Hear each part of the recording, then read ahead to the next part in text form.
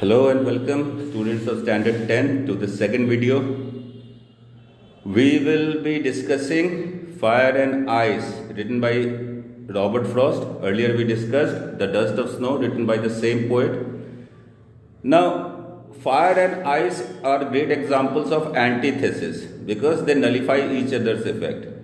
When you are burnt by fire, ice gives us some relief, and when there is ice all around, fire relieves us by providing us warmth. Now, so they are antithesis, they nullify their effect. But there is a concept of Armageddon, the doomsday, when the world will end. On that, basically life on the world, earth will end. So there are two theories. Either the earth would be burned down, get closer to sun, and it would get so heated up that all the life will end. Or maybe the sun will cool down and everything on earth will freeze and life will end. But Robert Frost here, a champion use of symbols, has used this as symbols of something else. What? Let's find out. Now this is the picture of Robert Frost when he was old. The last video you saw a picture of his younger days. Now a little bit of his brief biography of Robert Frost, that he was born in San Francisco. Then his parents moved to Pennsylvania. Then his father died. When his father died, he and his mother moved to Massachusetts. And he started taking interest in writing poetry right from his school days. He went to many reputed universities but never attained a formal degree. Now it is strange to see a man who never had a degree. His work is researched by research scholars. Right? Even Rabindranath Tagore never got a degree because he never went to school. He didn't forget college. But he started a university. So there are exceptions in this world. He tried many professions like being a school teacher, then tried to be a cobbler, mending shoes. He tried to be an editor, but he was unsuccessful in all of them. He wrote his first poetry in 1895, and this year was fortunate for him because he married Eleanor, who was his icon. They moved to England.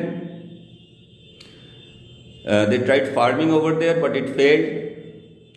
Then Robert met Edward Thomas, Robert Graves and Ezra Pound.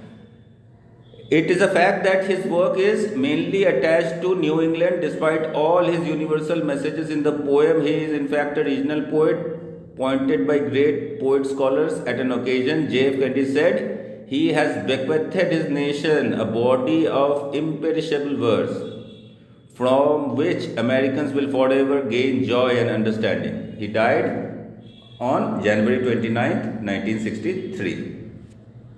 Now, the introduction of this poem written by Robert Frost was first published in Harper magazine. It dwells in the concept of Armageddon. In this poem, the poet tries to turn our thoughts towards many serious questions. Poet ponders upon the point that what the final fate of this world is, whether it will end up by extreme heat or extreme cold.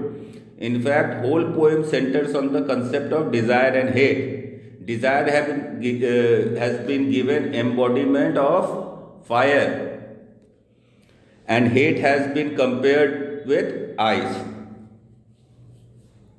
Right? So it has been used as symbol. The fire is symbol of desire, while hate is the symbol of ice. Because desire is like a fire that burns you down. Your desire never ends. You keep ending up burning and spreads like fire. While hate, you lose any feeling towards that person. You become cold at heart. You lose all sympathy for that person. That's why it has been compared to ice. Now, end of hell is fire and desire. Now, end of hell is also ice and hate. Some say the world will end in fire, some say in ice. From what I have tasted of desire, I hold with those who favor fire. But if it had to perish twice, I think I know enough of hate to say that for destruction ice is also great and would suffice. Now you see, fire is compared to desire, while ice is compared to or used as a symbol for hate. What does the poet say? People have their doubts about whether the earth will end in fire or end in ice. But he said what he has tasted of how the desire of people are growing, he is in favor of those people who argue in favor of fire. But he says the word perish twice. How can anything die twice? He said if earth had to die twice, he's being sarcastic over here for people, because we have made the earth as such a living hell that it dying once is not enough for punishment for the people. So he said if I had to perish twice, I think if somebody survived the heat, I think there is enough of hate to say for destruction ice is also great. So for destruction ice is also great. So rest of the thing that remains may be destroyed by the ice because of the increasing hate among people, and it would be sufficient to end life on the earth. The speaker brings us into the middle of an argument between people who think the world will come to a fiery end and people who think the world will freeze. He could be talking about the literal end of the world, but he is also talking about the power that human beings have to harm or destroy one another, or even the planet itself. The speaker's experience with romantic desire has taught him that the passionate or hot emotions like love, lust would probably have the power to turn into a big fireball. But he has also experienced the other extreme, and he knows that colder emotions like hate have greater destructive power. Love gets all the publicity, but hate is the silent killer. It may not have the same grandeur as fireball ending, but it will do the trick. Right? Now the style in the writing can be described as the way or method used by the writer to write something. Every author has developed his own typical style, and style can also be defined as an inner voice with which a writer addresses the reader in the course of written thought. Basically, style consists of 4 parts, and it differs 4 types, and it differs from author to author. Stylistic is a branch of study in which language devices are studied. Right? So there are different methods to learn, and so the phonological letter in line 3 you will find alliteration of F is selected from what I have tasted of desire. I hold who favor fire. So favor fire, FF is an example of the phonology used, that is alliteration, or the poetic device you can call it, the sound that it produces.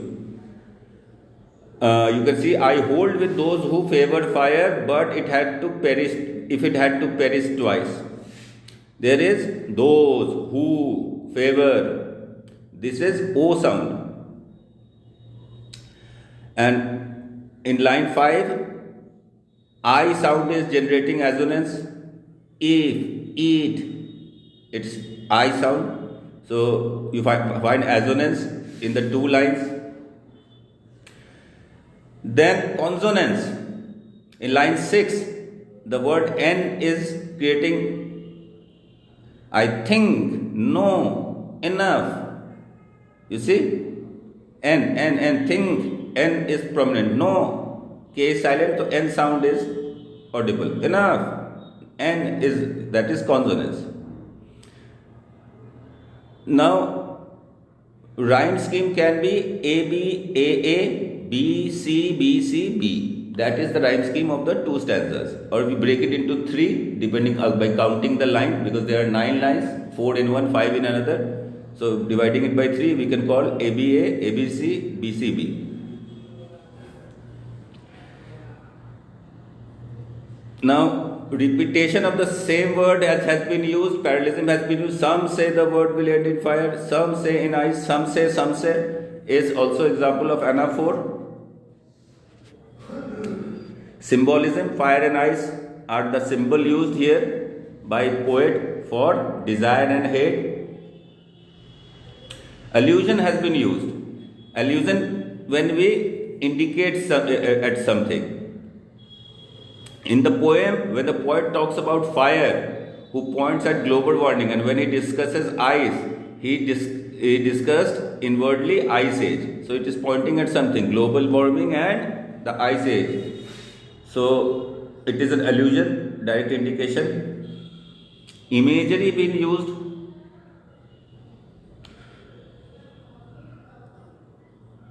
Why? The word fire, desire, perish twice, destructionize. These words create an image of fear and destruction that comes into your mind. Right? Now, understatement. It is another significant device which has been used by the poet. It increases the meaning and impact of the poem. Beginning two lines consist of the point of a typical people who can be said a sect or a group. Right? So now, sect or a group basically biblical. So this will be all for today's classes. Hope you come back to see my third video. Till then, stay home, stay safe and study hard. Goodbye.